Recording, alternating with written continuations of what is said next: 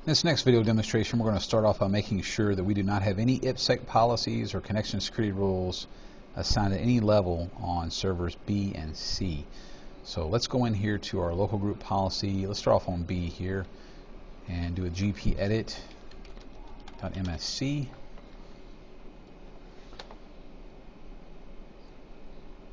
Computer configuration, Windows settings, security settings, IPsec policies. Looks like we do have a policy. It's not assigned, but I'll go ahead and delete it. Why not?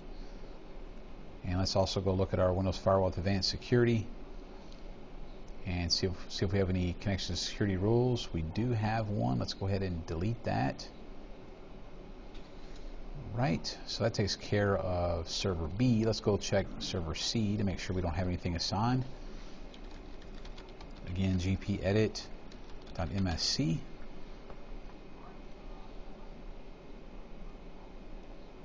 Windows settings under computer configuration, security settings. Again, I'll go to IPsec policies, don't have any. Windows Firewall with Advanced Security, Windows Firewall, connection security rules. We do have one. I'm going to go ahead and delete that. Close that out. So that satisfies us double checking that. Then on server B, we're going to actually create a new connection security isolation rule. And this will only apply to a domain environment. So again, it's a local connection security policy. So we're going to open up gpedit.msc.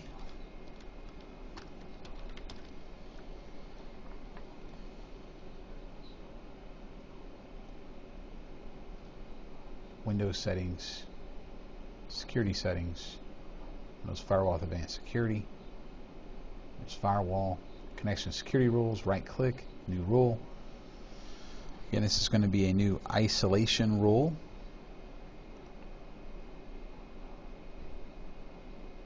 And we're going to request authentication for all connections.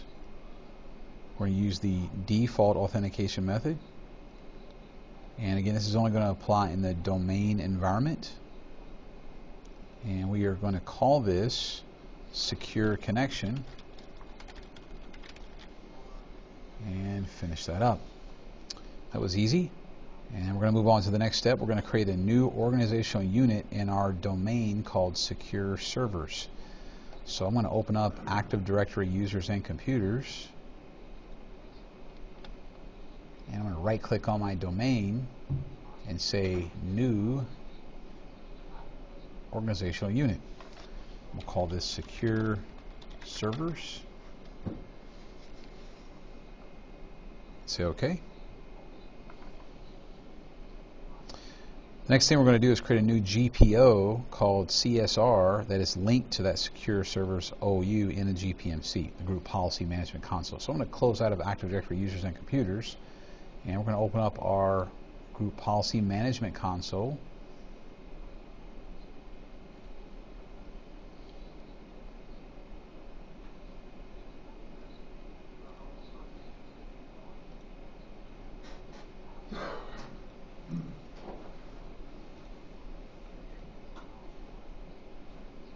Expand these out so you see our group policy objects. I'm going to right click on group policy objects container and select new. And the new GPO, again, we were going to call this CSR. Say OK. So we now have a new group policy object called CSR created. Now what we want to do with that CSR is actually link it to the secure servers OU. So what we're going to do is we're going to right click on the secure servers OU and say link an existing GPO, and we're going to choose our CSR group policy object. So now if we expand that out, we see that the CSR group policy object, or GPO, is linked to the secure servers organizational unit. So what we want to do now is we want to right click on that group policy object and edit that, and we're going to make a new CSR. So what we're going to do is go under Computer Configuration, Policies, Windows Settings.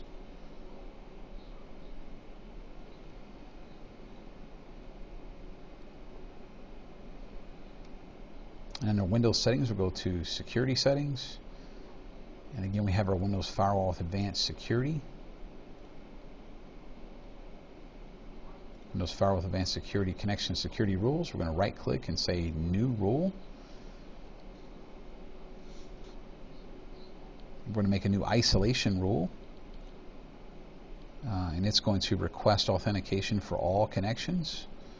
We are going to use the default authentication method. Make this apply only in the domain environment. And we are going to call this Secure Connection. And finish that up.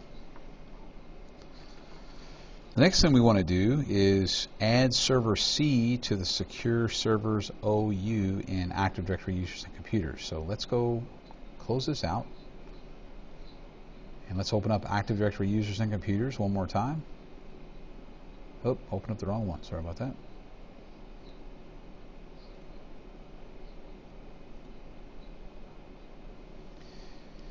Alright, so we have this Secure Servers organizational unit here, and what we need to do is find our server C, and server C is a domain controller, so we need to actually bring that server C down inside the Secure Servers organizational unit. We got a number of ways we can do this. We can left click and hold down and drag and drop that down into that OU and say yes, we want to move this, or we could just right click on server C and say move and specify the Secure Servers OU and say OK. So now if we look inside the Secure Servers organizational unit, we have server C that it has being applied to it. Remember that you can go through and make an organizational unit, apply GPO to that OU and do a lot of configuration settings, but if the appropriate objects like users and computers are not in those OUs, they will not be affected by the GPOs.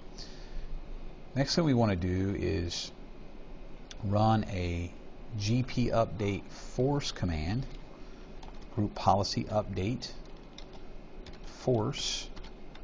This is forcing server C to get the appropriate group policies applied to it from the domain, both computer and user specific settings.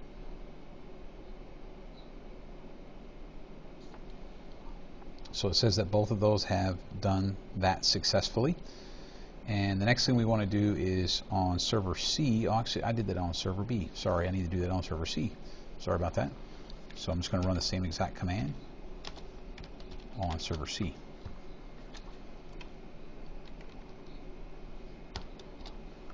Try that again.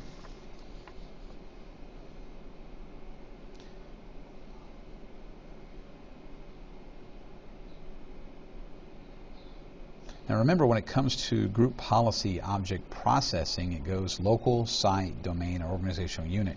And since we have an organizational unit specific policy applied that's connection security rule WFAS specific, we can actually go inside our Windows Firewall with Advanced Security and see that our policy has been applied. Notice it says for your security, some settings are controlled by group policy. In fact, if we go in here to our connection security rules and see these properties of this secure connection, you notice that it says this rule has been applied and cannot be modified. So all these items are grayed out, and we can't manipulate those locally because it has been applied by the system administrator, which was us, at the organizational unit level.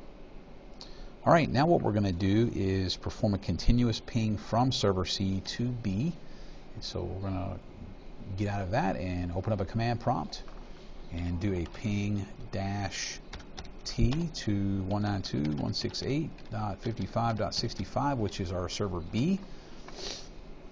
And then we are going to go look at our WFAS mode on server C, Windows Firewall with Advanced Security, and look at our monitoring and see our security associations and see main mode and quick mode, and that we do have a secure connection established between us, which is 94, and 65, which is server B. All right, and that's all we had to do for this portion of the lab.